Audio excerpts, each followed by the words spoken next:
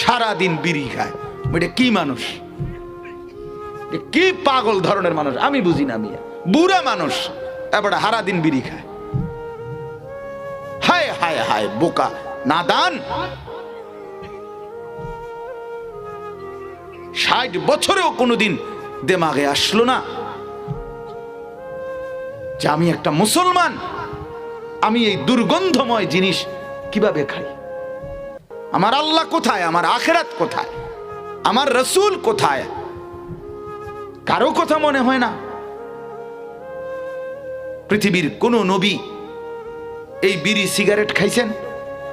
কথা মনে হয় এটা? আমাদের নবী সাল্লাল্লাহু আলাইহি সাল্লামের কোন সাহাবী বিড়ি সিগারেট খাইছেন এটা মনে হয়? সাহাবীদের পরবর্তী কোন তাবিঈ, উলামা, মুহাদ্দিস, মুফাসসির, আউলিয়া, বুজুর্গ, পীর, মাশায়েখ, আল্লাহওয়ালা, দিনদার, মুত্তাকি কেউ বিড়ি সিগারেট খাইছেন মনে হয়? তো আপনি খান কেন?